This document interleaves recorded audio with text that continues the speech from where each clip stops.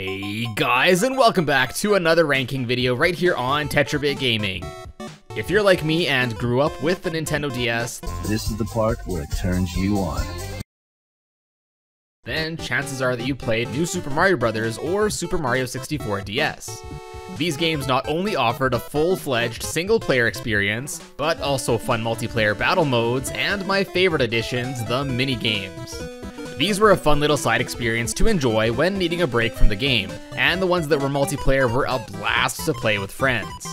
Now, I don't know about you guys, but I played these minigames a ton when I was younger, and this schlub here probably played some part in fostering my affinity for gambling. So in this video, I will be ranking all of the minigames from both Super Mario 64 DS and New Super Mario Bros. From worst to best. And yes, I know that Mario Party DS exists, but I kind of count those minigames in a whole other category, so I'll just be sticking to these two games. Also, there are some multiplayer exclusive versions of minigames, but I'll only be covering the ones that are significantly different than the single player ones. This ranking is of course my own subjective and biased opinion, basically just based on how fun I think these minigames are to play. And with all of that said, let's-a go! Kicking things off, we have Loves Me, a game in which you just tap a bunch of flower petals to get Yoshi to pluck them off to find out if an undisclosed someone loves him or not. There's no progression here or anything, you just win or lose, and it's all just based on how many flower petals you begin with, so it's all luck with no skill. I guess it might be more environmentally friendly to play this minigame than to destroy a flower if you really want to find out, in no real shape or form, if someone loves you or not. Psyche Out has always been one of my least favorite minigames. You basically have to guess what the image is on the card. Sometimes you can kinda see through the card to get it right, but come on, look at this! How on earth was I supposed to know that this was a cloud? Super unintuitive and super not fun. This minigame is very similar to the one Toad House minigame from Super Mario Bros. 3. Align the assigned character to move on. It gets harder as more characters are added and the speed increases, but the fun level stays pretty low. Memory Match is exactly what it sounds like. Yep, this is just a basic memory game. Just match up all the pairs out of the face-down cards to win. Now there are several things I think of when thinking about Mario games on the DS. A memory game is not one of them. The same thing, but with double the cards and a sneak peek at some of them. Haven't had enough memory games yet? Well, Boombox has got you covered. This time, instead of a visual memory game, it's audio-based. It's not really any more fun than the other two memory games, but I guess it's at least a bit more interesting as the game makes use of stereo sound, having you listen to both speakers carefully to match up the sounds correctly. This minigame has you drawing lines to try and connect each head to their correct corresponding body. Nice, looks great. These can sometimes get pretty hard and you have to plan really carefully to get them right. I just never found myself having a good time with this minigame, so it's always been a hard pass for me. Mario's Slides has the same idea and gameplay as Connect the Characters, but this time you only have to focus on getting 1 or 2 Mario heads to some stars instead of all 4 things. This game always reminded me of Pipe Maze from Mario Party 1, except with less RNG. I do think it's more fun to play than Connect the Characters, but it's still pretty meh. Tox Box Shuffle is a pretty basic shuffle game. Keep your eyes on the prize to win. I always enjoyed games like these in Mario Party, but this one just isn't very interesting. A blue Yoshi eventually does get added to shake things up a bit, but it still remains pretty bland. Also, I realized the Mario getting set on fire sound effect is used when winning each round.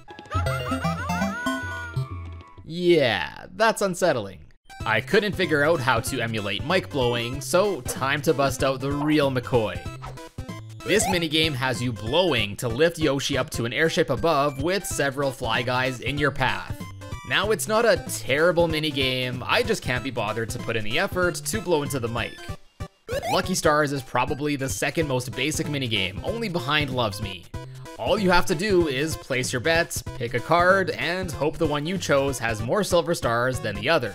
Despite its simplicity, I actually find myself really enjoying this game for some reason, at least for a bit. 50-50 chance, double or nothing, easy as that. Witch Wiggler is another pretty basic minigame. Tap on the wiggler on the bottom screen, that matches the one on the top. Seems simple, right? Well, it starts off that way until they start moving around. Again, not a terrible minigame, I just don't ever find myself having fun while playing it. Paragon has you matching up adjacent cards to clear them off the table to move on to the next round.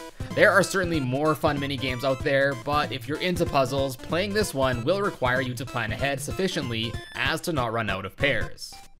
Snowball Slalom, is that how you say it? Is one of the shorter minigames out there and one of the few finite ones, as it will only last a maximum of 20 seconds.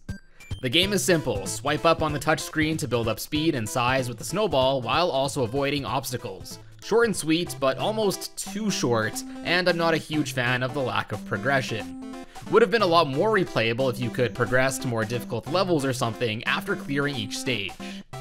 Although being a bigger snowball in this version can lead to getting hit by more annoying obstacles, this one lasts twice as long, up to 40 seconds, and seems to have some nice segments without any obstacles. It's a bit better, but I still have the same problems with it as the other version. Alright, now we're getting into some real gambling. Mario Slot is exactly what it sounds like, a Mario-themed slot machine. It's really simple, bet some coins, tap, and hope for the best. It's actually surprisingly hard to win much in this mode, so it gets kind of unmotivating pretty fast.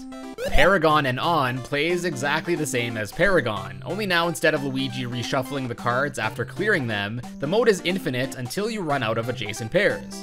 I think this style is way better and more enjoyable to play. It can get a bit too easy though, but I still think it's a nice game to relax with.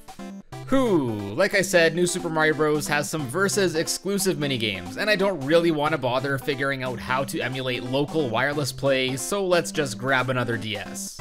Speed is a multiplayer exclusive card game that plays just like the real-life card game of the same name. Both players are dealt 4 cards and have to play consecutive cards on the 2 placed in the middle. It's a decent game in theory, but it's unfortunately really slowed down every time you run out of playable cards. Kinda gets annoying after a while. Puzzle Panel has you tapping on a tile to flip it and its adjacent tiles to the opposite style, with the goal of matching the pattern on the top screen. Wow, that was a hard sentence to say. This is definitely one of the more mentally engaging puzzle games, as it requires you to plan out your taps, especially in the later stages. The same as Puzzle Panel, but with more tiles, making it a bit more challenging. Same as Mario Slot, only super. And by super, the game just means there are more wildcard stars thrown in here, so the odds of winning at least something are increased, making you feel better about gambling in a children's video game. This minigame has you presumably playing as Luigi, with the task of catching all the boos in the stage by revealing them with the touchscreen. I think I enjoyed this one a lot more when I was a kid for some reason. Playing it now, it's alright, but it just doesn't seem as replayable, and the 3-second time limit seems way too short, and it gets even further reduced to only 2 seconds after round 15. Ever wanted to bop Luigi on the head?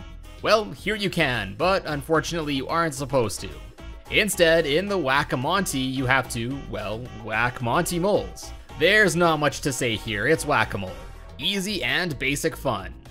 Lakitu Launch has you using the giant slingshot to fire as many spiny shells into the large shells held up by the Lakitus. Yeah, it's fun and all, but just like my problem with the Snowball games, this game unfortunately only lasts up to 30 seconds, leaving it on the shorter end of minigames on this list. Next is Bounce and Pounce, and this is the first of several minigames which require you to bounce several Marios in the air. Tap on the Mario clones to bounce them and try to get them to land on all the Fly Guys to advance to the next level. This one's okay, I just feel that the transition between each level really slows down the pace of this minigame. Thankfully, that's all fixed in Bounce and Trounce, as this is basically the same game, but it goes on and on until you drop 3 Marios. I think this minigame definitely plays better as an infinite game with the goal of getting the highest score, not reaching the highest level. Next up is another Mario Bounce game, but as seen in the title of this minigame, here instead of tapping Mario to make him jump, you instead have to draw trampolines on the bottom screen. Also, instead of dropping onto Fly Guys, you now have to bounce Mario onto the lit up level of the structure. There are only 2 different levels to get Mario to, and the only thing that makes this minigame harder is more Marios, and the levels get bumped up slightly higher occasionally. I think this minigame would have been a lot better if the lit up area could appear in more places and on the left side of the screen. Just like several of the other minigames, I think this alternate version takes the problems of the original and improves on it. Now instead of just guiding Marios to 2 different levels, you instead have to try and bounce them through an endless supply of rainbow rings. I have a lot more fun playing this one, but the patterns of rings start getting reused after a while, making the game feel stale at a certain point. Would have been nice to see some more variety, like different rings spawning at some points or having different enemies to hit. This multiplayer exclusive minigame is basically Pong, but with both players moving around a trampoline trying to bounce a Bob-omb onto the opponent's side. First one to have 5 Bob-ombs dropped on their side loses. Definitely a good time with a friend, or you know, if you're playing by yourself. I just wish this minigame would be playable in 1-player mode with AI opponents too. If you've ever wanted to play curling with some Koopa shells, then boy do I have the minigame for you. Shuffle Shell is a very basic version of curling, and here you just have to hit the shells with the paddle and try to get as many as close to the center as possible for the maximum score. I guess the only small gripe I have with this minigame is that it's harder to score well when the target is in the middle than in either of the top corners. So if you want to get optimal placements, you sometimes just have to keep restarting the game and hope for the best. Intense Coincentration has been one of my favorites ever since I started playing this game. Our pal Wario punches up a moneybag enemy, and then you have to try and memorize which blocks have coins dropped in them. Get as many as you can without tapping on an empty block, which ends the game. This intense version, however, has less coins, making it much more difficult. If you haven't clued in yet, I like me some gambling, and one of my favorite card games to play is Blackjack. Luigi Jack, surprise surprise, plays just like Blackjack. Try to get a higher number than your opponent without going over 21. If you don't happen to have a real deck of cards lying around, this is a really fun game to play with friends. But again, I really wish this was playable in single player as well. Also, if you're wondering why some clips have me switched to a 3DS XL, I'm sad to say that unfortunately while recording footage here, my old original 3DS just randomly disconnected and then wasn't able to secure a connection after that. So I think something went kaput inside after all these years. Let's get some Fs in the comments, guys, for this DS. It certainly served me well. Vichnaya pamyat, old friend. Not to be confused with the roulette of the Russian variety, Mushroom Roulette is just a simplified version of Roulette, another game I quite enjoy. Bet on the color and character or item and hope for the best. It's all the fun of Roulette without the fear of real money consequences. What's not to love? Oh yeah, always bet on Red Luigi. Now if only I was this lucky at the casino.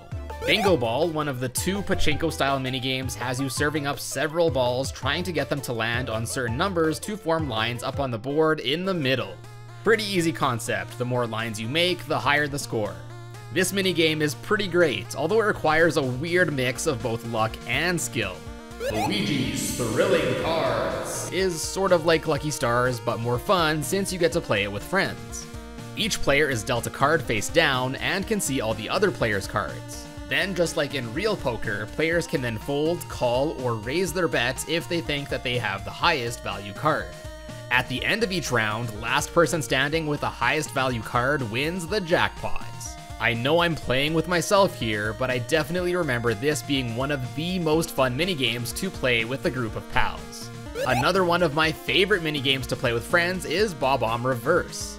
The goal here is pretty straightforward. Get as many of your color of Bob-ombs on the board as possible. Here you can also change the allegiance of your enemy's Bob-ombs by surrounding them with your own. If you can round up some DSs, I absolutely recommend you try this one out with some of your friends. Next up is Lakitu Launch. Again? Though this minigame shares its name with the other Lakitu game, they are both completely different. This multiplayer exclusive version pits one player against another as each tries to fire colored cannonballs to hit Lakitus. I wish this minigame was a tad longer, but it's still a fun frenzy of a time. Not only is Snowball Slam my favorite snow-themed minigame, but it's also probably my favorite multiplayer exclusive minigame too. This one is pretty straightforward. 2 teams of Yoshis partake in a snowball fight, with the goal of hitting the other team as much as possible. I remember having a blast playing this minigame for countless hours with friends when I was younger. I should really try playing this again, against someone that isn't me. The normal version of Coincentration is just like its intense counterpart, only this time there are much more coins that are dropped, making it both easier and a lot more enjoyable to play.